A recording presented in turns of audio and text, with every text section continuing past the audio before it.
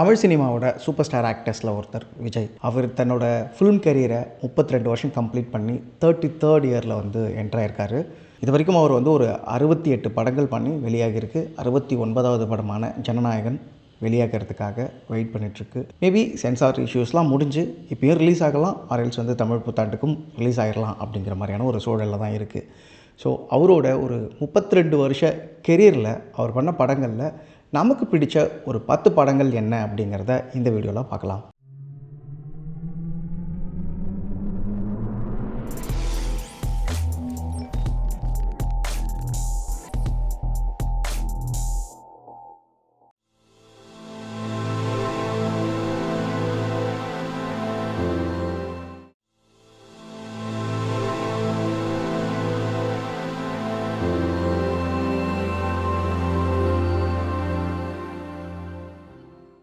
பூவே உனக்காக விஜயோட ஃபில்மோகிராஃபி நம்ம எடுத்துக்கிட்டோம் அப்படின்னா எவ்ரி 4 to 5 ஃபிலிம்ஸ் ஒன்ஸ் வந்து அவருக்கு ஒரு படம் அமையும். அந்த படம் அவரோட கெரியரை ஷிஃப்ட் பண்ணி நெக்ஸ்ட் லெவலுக்கு கொண்டு போயிருக்கும். அந்த மாதிரியான ஒரு படம் தான் பூவே உனக்காக. இது கிட்டத்தட்ட வந்து அவரோட 9வது படம் அப்படின்னு சொல்லலாம். 1996 இந்த படம் வந்து வெளியாச்சு. முரளி நடித்த இதயம் படம் மாதிரியான ஒரு ஒன் சைட் லவ் ஸ்டோரி தான் இந்த படமும். ஆனால் இந்த படத்தை விக்ரமன் அவரோட ஸ்டைலில் சர்வ் பண்ணியிருப்பார் அப்படின்னு சொல்லலாம். அதே ஒன் சைட் லவ் தான், அதே காதில் மனசுக்குள்ளே சுமந்துட்டே நான் வாழ போகிறேன்னு சொல்கிற கதை தான். ஆனால் தன்னோட காதலி நல்லா இருக்கணும் அப்படிங்கிறதுக்காக அவள் காதலை சேர்த்து வைக்கக்கூடிய ஒரு ஸ்டோரியாக வந்து இதை அவர் பண்ணியிருந்தார். இந்த படத்தோட கிளைமேக்ஸ் தான் இந்த படத்தோட ஹிட்டை வந்து டிஃபைன் பண்ணிச்சு அப்படின்னு சொல்லலாம். அது காரணம் ரியல் லைஃப்பில் யாரும் வந்து காதலை வந்து இப்படி இந்த அளவுக்கு ரொமான்டிசைஸ் பண்ணுறோமா அப்படிங்கிறது தெரியல. ஆனால் ஒரு ஃபிலிம், ஒரு நாவல் மாதிரியான ஒரு கான்செப்டுக்குள்ளே வரும்போது ஒரு பொய்டிக் ஜஸ்டிஸ் இருக்கணும்ல, ஒரு பொய்டிக்கான ஒரு எண்டிங் இருக்கணும்ல. அது வழியாகவே இருந்தாலும் அது பொய்டிக்காக இருக்கும்போது ஆடியன்ஸ்க்கு வந்து ரொம்பவே பிடிக்கும் இல்லையா. தொடர்ந்து இந்த மாதிரி டைப் ஆஃப் ஃபிலிம்ஸ்க்கான ஒரு ஸ்பேஸை வந்து இது கிரியேட் பண்ணிச்சு அப்படின்னு சொல்லலாம் இந்த படத்தை. இப்போது அதுக்கப்புறம் சொல்லாமலே மாதிரியான படங்கள்லாம் வந்ததை நம்ம வந்து பார்த்துருக்கலாம். ஸோ காதலுக்காக ஒரு எக்ஸ்ட்ரீமுக்கு போகக்கூடிய ஒரு காதலன் காதலி அப்படிங்கக்கூடிய ஒரு ஓப்பனை கொடுத்தது இந்த படம் தான் அப்படின்னு சொல்லலாம். விஜயோட ஒன் ஆஃப் த பெஸ்ட் லுக்கில் இந்த படம் இருந்திருக்கும். அவருடைய ஏர்லி கேரியரில் அவருக்கான ஒரு சிம்பிளான ஒரு குட் ஃபிலிமாகவும் இருந்திருக்கும். அவருக்கு அதுக்கு முன்னாடி செந்தூர பாண்டி மாதிரியான சில படங்கள் ஓடி இருந்தாலும் கூட அவருக்கு வந்து ஒரு one of the major blockbuster சக்ஸஸை வந்து இந்த படம் க்ரியேட் பண்ணி கொடுத்துச்சு அப்படின்னு சொல்லலாம். ஃபேன்ஸை வந்து அதிக அளவில் அவருக்கு சம்பாதிச்சு கொடுத்தது, அதுவும் ஃபீமேல் ஃபேன்ஸை வந்து அதிகமாக இந்த படம் வந்து அவருக்கு சம்பாதிச்சு கொடுத்தது அப்படின்னு சொல்லலாம். பூவே உனக்காக படத்தை பற்றி பேசும்போது எஸ்ஏ ராஜ்குமாரையும் அந்த படத்தோட பாடல்களையும் பற்றிலாம் பேசாமல் போகவே முடியாது. எல்லா பாட்டுமே ஹிட்டு கொடுத்துருந்தாரு. இன்னைய வரைக்கும் நிறைய பேரோட பிளேலிஸ்ட்டில் அட்லீஸ்ட் இந்த படத்தில் இருக்கக்கூடிய சொல்லாமலே யார் பார்த்தது அப்படிங்கக்கூடிய அந்த ஒரு பாட்டு எல்லாரோட பிளேலிஸ்ட்லையும் நிச்சயமாக இருக்கும். ஸோ விஜயோட கெரியரில் one of the best film அப்படின்னு நம்ம சொல்கிறோம் அப்படின்னா அதில் பூவே உனக்காக கண்டிப்பாக இருக்கும்.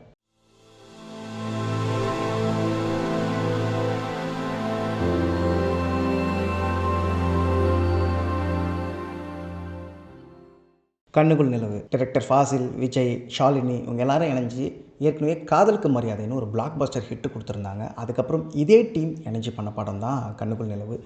இது 2000 டைமில் வந்தது. இந்த படம் அப்போயே ஒரு சைக்கலாஜிக்கல் த்ரில்லராக வந்து வந்திருந்தது. இன்னொன்று, விஜயோட கேரக்டரே வந்து இந்த படத்தில் வந்து கொஞ்சம் வியர்டான ஒரு கேரக்டர் அப்படின்னு சொல்லலாம். ஏன்னா ஒரு பெண் தான் கண்ணு முன்னாடி 3 பேரால் வந்து கொல்லப்பட்டுட்டா அப்படின்னு அவன் மனசுக்குள்ளே பதிஞ்சதுனால பழிவாங்கல் எண்ணத்தோடு அதை மட்டுமே ஃபோக்கஸாக கொண்ட ஒரு கேரக்டராக இருந்திருக்காரு. இன்னொன்று, அவரோட பேசிக் கேரக்டர்னு ஒன்று இருக்கும். இதில் வந்து ஒரு மியூசிக்காலஜிஸ்ட்டாக இருப்பார். மியூசிக் ரிசர்ச் பண்ணுறதுக்காக தான் அந்த ஹில் ஸ்டேஷன் போயிருப்பார் அப்படின்னு சொல்லுவோம். ஒரு வித்தியாசமான பேக் ட்ராப்பில் உருவாக்கப்பட்ட ஒரு கேரக்டராக வந்து இது இருந்திருக்கும். மோரோவர் இந்த படத்தை வந்து ஒரு ஹாஃப் பீட் ஃபிலிம் அப்படின்னு சொல்லலாம். விஜயோட லுக் எல்லாமே இந்த படத்தில் ரொம்ப நல்லாயிருக்கும். அவர் பண்ணதுக்குள்ளாரே ஒரு நல்ல படமும் கூட. அது வரைக்கும் விஜய் பண்ண அந்த பாய் நெக்ஸ்ட் ஒரு கேரக்டர்லேருந்து கொஞ்சம் விலகி ஒரு சைக்கலாஜிக்கல் டிசார்டர் கொண்ட ஒரு கேரக்டராக பண்ணியிருந்தார். ஒரு வகையில் ஆக்டிங்காக அவர் வந்து ஒரு வித்தியாசமான முயற்சி எடுத்திருந்தார் அப்படின்னு கூட இந்த படத்தை சொல்லலாம். இந்த படத்துலையும் இளையராஜாவோட அத்தனை பாடல்களும் பிரம்மாண்ட ஹிட்டுன்னு தான் சொல்லணும். ரோஜா பூந்தோட்டம் அப்படின்னு எல்லா பாடல்களுமே இந்த படத்தில் வந்து பிளாக் பஸ்டராக இருக்கும்.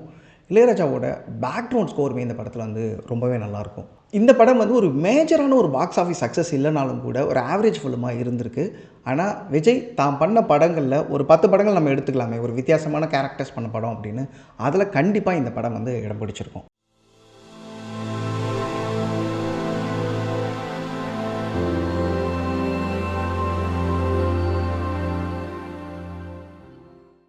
வசீகரா விஜய், ஸ்னேகா, வடிவேலு, நாசர், மணிவண்ணன் பெரிய காஸ்ட் அண்ட் க்ரூ நடித்த படம். ஒரு ரொமான்டிக் காமெடி ஜானர் இந்த படம். இது ஒரு சுவாரஸ்யமான காலகட்டத்தில் வந்ததுன்னு சொல்லலாம். விஜய் தன்னை வந்து ஒரு ஆக்ஷன் ஹீரோவாக ப்ரொஜெக்ட் பண்ணுற காலகட்டத்தில் வந்த படம் அப்படின்னு சொல்லலாம். அதுக்கு முன்னாடி தான் பகவதின்னு ஒரு ஃபுல் லென்த் ஆக்ஷன் ஃபிலிம் பண்ணியிருந்தார். இதுக்கு அடுத்தடுத்து வந்த படங்களும் கூட அந்த ஆக்ஷன் ஜானருக்குள்ளே இருந்துச்சு அப்படின்னு தான் சொல்லணும். ஸோ இடையில வந்த அவருக்கே உரித்தான ஒரு காமெடி, ஒரு லவ், ஒரு ரொமான்ஸ் எல்லாம் கொண்ட ஒரு படம். எந்த அலட்டலும் எந்த பந்தமும் இல்லாமல் வடிவேலோட அவருக்கு ஒரு பெஸ்ட் காம்போ இந்த படத்தில் வந்து அமைஞ்சதுன்னு சொல்லலாம். எல்லா சீன்ஸுமே காமெடி, ரொமான்ஸ் எல்லாமே வந்து பர்ஃபெக்ட் பிளெண்டில் தான் இந்த படம் வந்து ஒர்க் அவுட் ஆகிருக்கும். இந்த படத்துக்கும் இசை ராஜ்குமார் தான். நெஞ்சம் ஒரு முறை நீன்றது, வேண்டாம் வேணாம், ஒரு தடவை சொல்வாயான்னு எல்லா பாட்டுமே இந்த படத்துலையும் ஹிட் அடிச்சிருக்கும். நல்ல ஃபீல் குட் மூவியான இந்த படம் ஏன் அந்த டைமில் சரியாக ரிசீவ் பண்ணிக்கப்படலை அப்படிங்கிறது தெரியல. ஆனால் லேட்டரான் வந்து யூடியூப்பில் இந்த படம் பார்க்குறவங்க, டெலிவிஷனில் இந்த படம் பார்த்தவங்க எல்லாருக்குமே விஜயோட one of the most favourite ஃபிலிமாக இது இருந்திருக்கு அப்படின்னு சொல்லலாம்.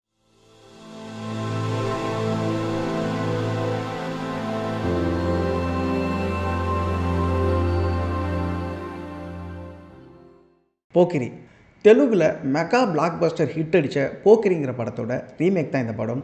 இந்த படத்தை தெலுங்கில் ஒரிஜினலாக பண்ண பூரி ஜெகநாதே கூட அதுக்கப்புறம் இப்படியான ஒரு கல்ட்டு ஃபிலிமை அவர் லைஃப்லேயே திரும்ப க்ரியேட் பண்ண முடியாமல் போன மேஜிக் இந்த படம் அப்படின்னு சொல்லலாம். தமிழில் இந்த படம் வந்து விஜய்க்கு ரொம்ப மோஸ்ட் வாண்டட் சக்ஸஸ் தேவைப்பட்ட டைமில் வந்தது. ஏன்னா இதுக்கு முன்னாடி ஆதின்னு ஒரு டிசாஸ்டர் படத்தை அவர் கொடுத்துருந்தாரு. ஸோ அதில் வந்து மீண்டு வர்றதுக்காக எடுக்கப்பட்ட படம் தான் இது. விஜய் தன்னோட லைஃப்பில் ஃபர்ஸ்ட் டைம் ஒரு காப் ரோல் பண்ணார். இது வரைக்கும் அவர் பண்ணாத ஒரு கேரக்டர், அவர் பண்ணாத ஒரு மாடுலேஷனில் இந்த படத்தை வந்து ஃபுல்லாக பண்ணியிருப்பார். கிட்டத்தட்ட வந்து பயங்கர கேஷுவலாக ஒரு போலீஸ்காரர்கிட்ட பேசுகிறதா இருக்கட்டும், ஒரு காமெடியன்ட்டு பேசுகிறதா இருக்கட்டும், ஈவன் தான் லவ் பண்ணுற பொண்ணுக்கிட்டே வந்து அவர்கிட்ட ஒரு தெனாவட்டும் திமிரும் ஒரு கேஷுவலும் ஒன்று இருக்கும் அந்த கேரக்டரில். அவருக்கு அந்த மீட்டர் வந்து ரொம்பவே நல்லா செட்டாக இருந்தது. அது இல்லாமல் பிரபுதவாக்கே உண்டான சில நுவான்சஸ் இருக்குது இல்லையா, அந்த எல்லாமே இந்த படத்தில் இருக்கும். பாட்டில் வந்து காமெடியன்ஸை கொண்டு வர்றது, சைட் கேரக்டர்ஸை கொண்டு வந்து பாட்டுக்குள்ளார ஃபிக்ஸ் பண்ணுறது. இந்த படத்துலையுமே வடிவேலு விஜய் காம்போ வந்து சூப்பராக ஒர்க் அவுட் ஆகிருக்கும். இந்த படத்துக்கு இன்னொரு பலம் வந்து மியூசிக் அப்படின்னு சொல்லலாம். மணி சர்மா எல்லா பாட்டுமே கலக்கியிருப்பார். போக்கிரி பொங்கலாக இருக்கட்டும், வசந்த முல்லை, மாம்பழமா மாம்பழம்னு எல்லா பாட்டுமே ஹிட்டு. ஒரு படம் வந்து ஒரு கமர்ஷியல் படம் எப்படி வந்து பிளெண்டாகி உட்காரும் அப்படிங்கிறது, ஆக்ஷன் இருக்குது, காமெடி இருக்குது, சாங்ஸ் இருக்குதுன்னு சொல்லுவாங்க இல்லையா, அந்த மாதிரி இந்த படம் எல்லாமே பர்ஃபெக்டாக ஃப்யூஸ் ஆகி வந்து உட்காந்த படம் அப்படின்னு சொல்லலாம். தெலுங்கு மாதிரியே தமிழ்லேயும் விஜய்க்கு கெரியரில் ஒன் ஆஃப் த பெஸ்ட் ஃபிலிமாக இந்த படம் வந்து அமைஞ்சிது அப்படின்னு சொல்லலாம்.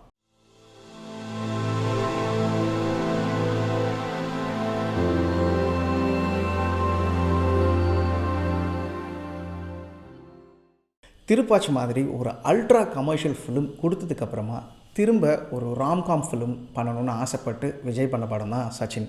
இந்த படத்தோட டைரக்டர் ஜான் மகேந்திரன், இந்த படத்தோட சினிமோட்டோகிராஃபர் ஜீவா. இவரை வந்து தமிழ் சினிமாவில் ஒளிப்பதிவாளர்களில் ஒரு ஜாம்பவான் அப்படின்னே சொல்லலாம். இந்த படத்துக்கு மியூசிக் தேவிஸ்ரீ பிரசாத்.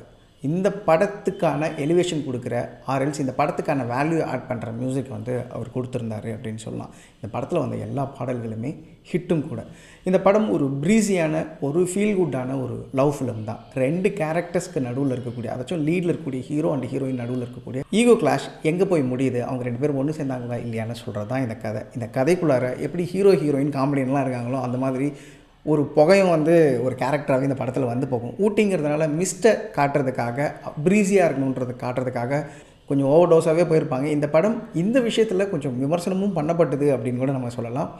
அதர்வைஸ் இந்த படத்தில் ரெண்டு லீட் கேரக்டர்ஸோட ஆக்டிங்காக இருக்கட்டும் எல்லாமே இந்த படத்துக்கு ஒரு பாசிட்டிவாக அமைஞ்சுது அப்படின்னு சொல்லலாம். விஜய் இந்த படத்தில் திரும்ப ஒரு காலேஜ் பையனாக ஒரு யங் லுக்கில், ரொம்ப அழகான லுக்கில், ஒரு நல்ல காஸ்டியூம்ஸில் வந்திருப்பார்.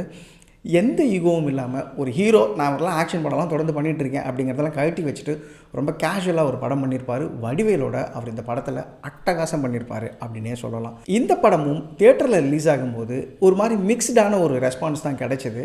அங்கங்கே நல்லா ஓடிச்சு அப்படின்னு சொன்னாலும் கூட இந்த படம் டெலிவிஷனில் வந்ததுக்கப்புறமும் ஓடிடியில் வந்ததுக்கப்புறமும் ரொம்பவே கொண்டாடப்பட்ட ஒரு ஃபிலிம் அப்படின்னே சொல்லலாம்.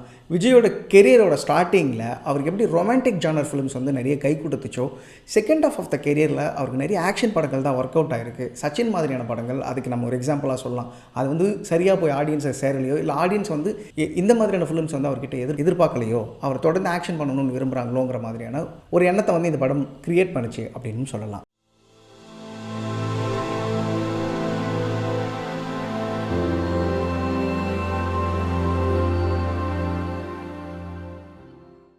கத்தி விஜயோட கெரியர் பெஸ்ட் ஹிட்டான துப்பாக்கிக்கு அப்புறமா திரும்ப அவர் ஏஆர் முருகதாஸோடு சேர்ந்து வேலை பார்த்த படம் இது. இது ஒரு பொலிட்டிக்கல் அண்டு சோஷியல் மெசேஜ் சொல்லக்கூடிய படம்.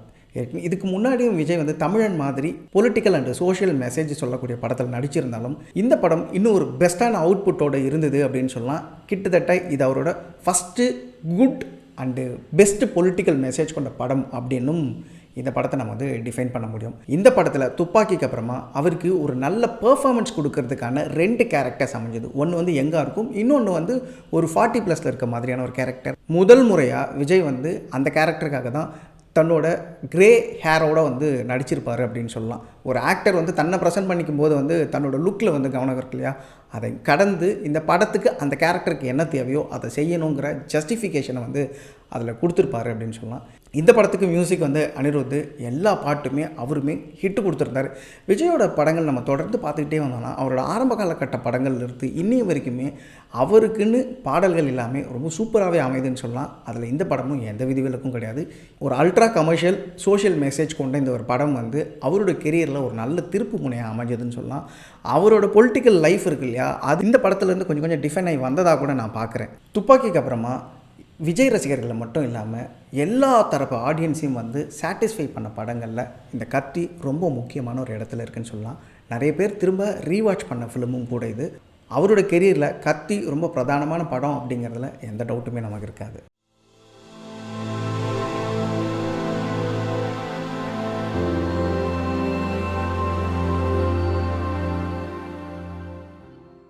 குஷி விஜயோட கெரியரில் ரொம்ப முக்கியமான படங்களில் இது எப்போவுமே டாப் லிஸ்ட்டில் இருக்கக்கூடியது அப்படின்னு சொல்லலாம். ஏன்னா இந்த படத்தில் விஜய் வந்து ஒரு ஈகோயிஸ்டிக்கான கேரக்டர் பண்ணியிருப்பார். அவருக்கு எல்லா மனிதர்களை போலவும் வீக்னஸ் இருக்கும். ஹீரோஸ்னால் அவங்களுக்கு வீக்னஸே இருக்காது, அவங்க தப்பு பண்ண மாட்டாங்க, ஹீரோயினை தப்பான பார்வையில் கூட பார்க்க மாட்டாங்கலாம் இருக்கும் இல்லையா. ஆனால் சாமானிய மனிதர்களுக்கு இருக்கக்கூடிய சின்ன சின்ன வீக்னஸ் இருக்கும்ல, அது எல்லாமே இந்த கேரக்டருக்குள்ளே இருக்கும். அவர் இந்த கேரக்டர் ஈகோவை ப்ளே பண்ணியிருந்தாலும் எந்த ஈகோவும் இல்லாமல் பண்ணியிருக்காரு அப்படின்னே சொல்லலாம். அதுக்கு இணையாக வந்து ஜோதிகாவும் இந்த படத்தில் ரொம்ப நல்லா நடிச்சிருப்பாங்க அப்படின்னு சொல்லலாம். இந்த படமே ஒரு நல்ல ஃபீல் குட்டான ஒரு ஃபிலிம். இந்த படம் இப்படி தான் நடக்க போகுது, இதுதான் கிளைமேக்ஸ் அப்படின்னு சொல்லிட்டு, ஆனால் அந்த கிளைமேக்ஸ் எப்படி நடக்குது பாருங்கள் அப்படின்னு ஒரு வாய்ஸ் ஓவரில் டைரக்டர் கமாண்டிங்காக ஸ்டார்ட் பண்ணுறதே இந்த படத்துக்கு ஒரு இன்ட்ரெஸ்டிங்கான ஒரு ஐடியாவை ஆடியன்ஸ் மத்தியில் க்ரியேட் பண்ணிடுச்சு. ஸோ அதுக்கப்புறம் அந்த படத்துக்குள்ளே நடக்கக்கூடிய எல்லா இன்சிடென்ட்ஸும் ஆடியன்ஸை வந்து எங்கேஜ் பண்ணுச்சு அப்படின்னு சொல்லலாம். இன்னொன்று, வழக்கமாக காதல் படங்கள் அப்படின்னாலே காதலர்களுக்கு யார் எதிரியாக இருப்பா? ஒன்று காதலனோட அப்பா, இல்லை காதலியோட அப்பா. அப்படி இல்லைன்னா ஒரு ட்ரையாங்குலர் லவ் ஸ்டோரி மாதிரி வச்சுருப்பாங்க. இந்த படத்தில் காதலர்கள் தான் அந்த காதலுக்கான எதிரி, அவங்களோட ஈகோ தான் எதிரி அப்படின்னு சொல்லி இந்த படத்தை டிஃபைன் பண்ணியிருப்பாங்க. அது கொஞ்சம் புதுசாக இருந்தது அந்த டைமில் தமிழ் சினிமாலன்னு சொல்லலாம். ஸ்டார்டிங் டு எண்டு வரைக்கும் இந்த 2 கேரக்டர்ஸோட ஈகோ மோதலும் அவங்களுக்குள்ளார அதிகரிக்கிற அந்த காதலும்னு ஃபீல் குட்டான மூவியை வந்து எஸ்.ஜே. சூர்யா ப்ரெசென்ட் பண்ணியிருப்பார். இந்த படத்தில் காமெடியும் நல்லா ஒர்க் அவுட் ஆகிருக்கும். ஓவரால் ஃபில்மாகவே வந்து ஒரு நல்ல ஃபீல் குட் ஃபில்மாக இருக்கும். தியேட்டரில் மட்டும் இந்த படம் ஹிட் ஆகலை, அதுக்கப்புறம் நிறைய தரம் வந்து டெலிவிஷன்ஸில் வந்து பல பேர் ரீவாட்ச் பண்ணியிருக்காங்க, தொடர்ந்து இன்றைக்கும் பார்த்துட்ருக்காங்க. இந்த படம் இதுக்கப்புறமா தெலுங்கு, ஹிந்தி வரைக்கும் ரீமேக் ஆகிப்போச்சு. அது எல்லாத்தையுமே எஸ்.ஜே. சூர்யா டைரக்ட் பண்ணியிருந்தார் அப்படிங்கிறது கூடுதல் ப்ளஸ் அப்படின்னு சொல்லலாம். கண்டிப்பாக விஜயோட கெரியரில் டாப் 10 ஃபிலிம்ஸ்னு எடுத்தோன்னா குஷியை நிராகரிச்சுட்டு நம்மளால் இன்னொரு படம் போகவே முடியாது.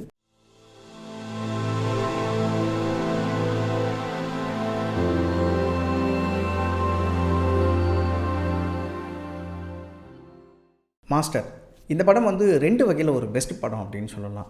கோவிட்ல இருந்து தியேட்டர்ஸ் திரும்ப ரீஓப்பன் ஆகும்போது ஆடியன்ஸை தியேட்டருக்கு புல் பண்ணி கொண்டு வந்த முக்கியமான படங்களில் ஒன்று. தியேட்டர்ஸ்க்கு ஆக்சிஜன் கொடுத்த படம்னே வந்து மாஸ்டரை சொல்கிறாங்க. அந்த வகையில் விஜயோட கெரியரோட பீக்கில் வந்த ஒரு முக்கியமான படத்தில் ஒன்று. லோகேஷ் கனகராஜ் அதுக்கு முன்னாடி கைதி மாதிரியான ஒரு மிகப்பெரிய ஹிட்டு கொடுத்துட்டு வந்ததுனால இந்த படத்துக்கும் ஒரு நல்ல எதிர்பார்ப்பு இருந்தது. அந்த எதிர்பார்ப்புகளை கூட்டுற மாதிரி அனிருத்தும் வந்து நல்ல மியூசிக் கொடுத்துருந்தார். விஜய் அது வரைக்கும் தான் லைஃப்பில் பண்ணாத ஒரு கேரக்டரில் இது ஒன்றுன்னு சொல்லலாம். அங்கங்கே ஃப்ரெண்ட்ஸோட சரக்கடிக்கிற மாதிரியான காட்சிகள்லாம் முன்னாடி படங்களில் பண்ணியிருந்தாலும் கூட இந்த படத்தில் முழு குடிகாரனாக குடிச்சிட்டு எப்பவும் சோபராக சுற்றிக்கிட்டு இருக்கிற ஒரு ஆளாக தான் கண்ணில் இருக்கிற போதை யாருக்கும் தெரியக்கூடாதுன்னு கண்ணாடி போட்டுக்கிட்டு தலையெல்லாம் கலைஞ்சி கசங்கின சட்டையும் கலைஞ்ச தலையோட கூட ஒரு நல்ல லுக்கோடு இருக்க முடியும் அப்படின்னு விஜய்க்கு காட்டின படம் இது அப்படின்னு சொல்லலாம். அவரோட ஆக்டிங்கும் கூட ரொம்ப மெச்சூர்டாக இருந்தது.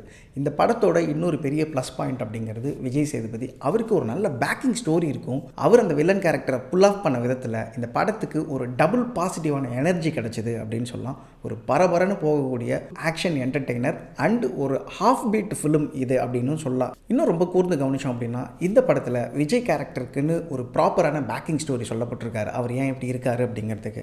வழக்கமான டெம்ப்ளேட்டான ஹீரோயின் கிடையாது, டூயட்ஸ் கிடையாது, நிறைய காமெடி சீன்ஸ் கிடையாது அப்படின்னு விஜய் ஒரு கமர்ஷியல் ஃபிலிம்ஸ்க்கான எலமெண்ட்ஸாக என்னெல்லாம் இருக்குமோ அதையெல்லாம் விட்டு கொடுத்துட்டு, அதனால தான் இந்த படத்தை வந்து ஒரு ஹாஃப் பிட் ஃபிலிம் அப்படின்னு நம்ம சொல்கிறோம். ஒரு நல்ல ஸ்டோரி கொண்ட, தன்னோட ஆக்டிங்க்கு பொட்டென்ஷியல் கொண்ட படங்களில் நடிக்கிறதுக்கு தயாராக இருக்காரு அப்படின்னு சொல்கிறதுக்கான ஒரு அறிவிப்பை இந்த படம் கொடுத்தது அப்படின்னு நம்ம சொல்லலாம்.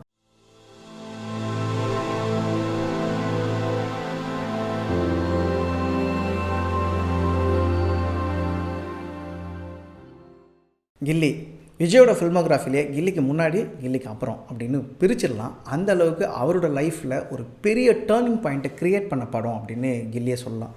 அதுக்கு முன்னாடி தில் தூள் அப்படின்னு பயங்கரமான ஹிட்ஸை கொடுத்த தரணி, அவருக்கு ரொம்ப ஆஸ்தானமான வித்யாசாகர் மியூசிக், இந்த படத்தில் வந்த எல்லா பாட்டுமே அதிரிபதியான பாட்டுன்னு தான் சொல்லணும். அப்படி போடு தியேட்டரில் எல்லாரையும் ஆட வச்சது அப்படின்னு சொல்லலாம். இன்னொரு முக்கியமான விஷயம் இந்த படத்துக்கு சொல்லணும் அப்படின்னா, இந்த படத்தை ஹேட் பண்ணுறதுக்கே யாரும் கிடையாது. எல்லா தரப்பு ஆடியன்ஸ்க்கும், அதாச்சும் விஜய்க்கு இவர் தான் ரைவல்ரின்னு சொல்லக்கூடிய ஆக்டர்ஸ் இருப்பாங்களா, அவங்களோட ஃபேன்ஸ் கூட இந்த படத்தை வந்து பார்த்துட்டு நல்லா இருக்குது அப்படின்னு கொண்டாடினாங்க அப்படின்னே இந்த படத்தை சொல்லலாம். ஒரு படம் கிரிட்டிக்ஸையும் சரி ஃபேன்ஸையும் சரி எல்லாரையும் திருப்திப்படுத்தி பல வருஷங்களாக திரும்ப திரும்ப ரீவாட்ச் பண்ண வைக்குது இல்லையா, அதுக்கு ஏஜிங்கே கிடையாது இந்த ஃபிலிம்ஸ்க்குன்னு சொல்லலாம்.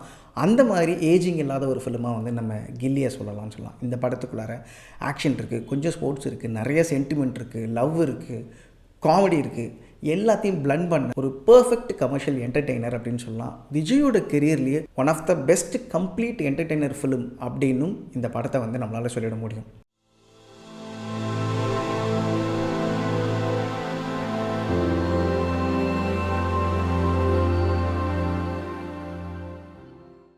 துப்பாக்கி ஒரு typical Hollywood style of action movie அப்படின்னு சொல்லலாம். விஜய் முதல் முறையாக ஏஆர் முருகதாஸோட எனர்ஜி பண்ண படம். ஹாரி ஜராஜ் மியூசிக், சந்தோஷ் சிவன் இந்த படத்துக்கு வந்து சினிமோட்டோகிராஃபி பண்ணியிருந்தார், ஸ்ரீகர் பிரசாத் எடிட்டு.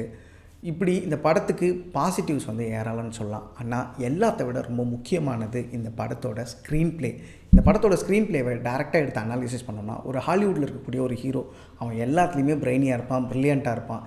ஈவன் அவன் என்ன பிளான் பண்ணானோ அதுதான் நடக்கும், ஸ்டார்டிங் டு எண்டு வரைக்கும். இந்த படத்தோட ரொம்ப முக்கியமான சீக்வன்சஸ் நம்ம கவனித்தோம் அப்படின்னா, ஒரு டெரரிஸ்ட்டை ஒரு பிடிச்சிட்டு வந்ததுக்கப்புறமா திரும்ப அவன் எங்கே போவான் அப்படிங்கிறத ஃபாலோ பண்ணி போவார்.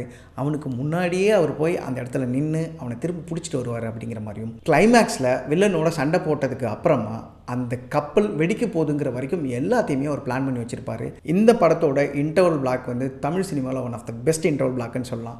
ஒரு 12 பேர், 12 துப்பாக்கி, 12 தீவிரவாதிகள்னு அதுக்குள்ளார ஸ்ப்ளிட் ஸ்க்ரீனில் அதை போட்டு ஒரு நல்ல அட்ரினல் பம்ப் கொடுக்குற ஒரு பூஸ் பம்பான ஒரு சீனாக வந்து அந்த படம் இருந்திருக்கும். ஃபர்ஸ்ட் டைம் விஜய் வந்து ஒரு மிலிட்ரி மேனாக பண்ணியிருந்தார். இதுலேயுமே அவரோட லுக்ஸ் வந்து ரொம்ப அழகாக இருக்கும். ரொம்ப அழகான விஜய் இருந்தால் படம் சில டைம் ஓடாது அப்படின்னு சொல்லுவாங்க. சச்சினை வந்து இதுக்கு உதாரணமாக சொல்லுவாங்க. அதை எல்லாத்தையும் பிரேக் பண்ண படம் வந்து துப்பாக்கின்னு சொல்லலாம். துப்பாக்கிக்கு அப்புறம் அவரோட அந்த ஸ்டைலான லுக் வந்து தொடர்ந்து கண்டினியூ ஆனது அப்படிங்கிறதையும் நம்மளால் பார்க்க முடியும். ஒரு வகையில் விஜயோட கெரியரில் ஒரு ஹாலிவுட் ஸ்டைலில் ஒரு நல்ல கமர்ஷியல் ஃபிலிமை வந்து இதில் பண்ணியிருப்பாங்க. இந்த படத்தில் விஜய் பண்ண கேரக்டருக்கும் அவர் ரியல் லைஃப் கேரக்டருக்கும் நிறைய ஒற்றுமைகள் இருக்கிற மாதிரியான ஒரு ஃபீல் இருக்கும். ஏன்னா இந்த படம் ஃபுல்லாகவே ஒரு பெருசாக பஞ்ச் டைலாக்லாம் பேசாமல் ரொம்ப அமைதியான நிதானமான ஒரு ஆளாக வந்து காட்டப்படுவார். அவரை பற்றி வந்து கோ ஆர்டிஸ்ட்லாம் நிறைய பேர் நம்ம சொல்கிறதெல்லாம் கேட்டிருப்போம். ரொம்ப அமைதியாக ஒரு ஓரமாக உட்காந்துட்டுப்பார் அப்படின்னு. இந்த படத்துலையும் அதை அப்படியே ரிப்ளிக்கா பண்ணுற மாதிரியான ஒரு சீக்வன்ஸ் தான் இருக்கும். நிறைய நேரங்களில் அவர் ஆழ்ந்து சிந்திக்கிறது, இந்த கியூப் விளையாடுற சீன்லாம் நம்ம பார்த்தோன்னா அது நமக்கு புரிஞ்சிடும். ஸோ ஓரளவுக்கு அவரை க்ளோஸாக அவரோட கேரக்டர் என்னமோ அதை கொண்டு வந்து இதில் ஃபிக்ஸ் பண்ணி ஒர்க் பண்ணதின் வழியாக தான் இந்த படத்தில் அவரோட ஆக்டிங் வந்து எலிவேட்டடாக தெரியறதுக்கு அவரோட ஒரிஜினல் கேரக்டரை எடுத்துகிட்டு வந்து அதோட ஃபியூஸ் பண்ணது ஹெல்ப் பண்ணியிருக்கு அப்படின்னு நம்மளால் புரிஞ்சிக்க முடியுது. விஜய்க்கு மட்டும் இல்லை, ஏஆர் முருகதாஸ்க்குமே கெரியர் பெஸ்ட் அப்படின்னு சொல்லணும் அப்படின்னா அது இந்த படம் தான் சொல்ல முடியும்னா, அவரோட ஸ்க்ரீன் ப்ளே ரைட்டிங்கில் பீக் ரைட்டிங் இருந்தது இந்த படத்தில் தான் அப்படின்னும் சொல்லிடலாம். இதுக்கப்புறம் அவர் கத்தி பண்ணாலுமே கூட இதுதான் அவரோட ஸ்க்ரீன் ப்ளே ரைட்டிங்கில் ஒன் ஆஃப் த பெஸ்ட்டு. விஜய்க்கு மட்டும் இல்லை, முருகதாஸ்க்கும் சேர்த்தே நம்ம இந்த படத்தை சொல்லிடலாம். அவங்க கெரியரில் இதுதான் பெஸ்ட் அண்ட் நம்பர் 1 ஃபிலிமாக இருக்கும்.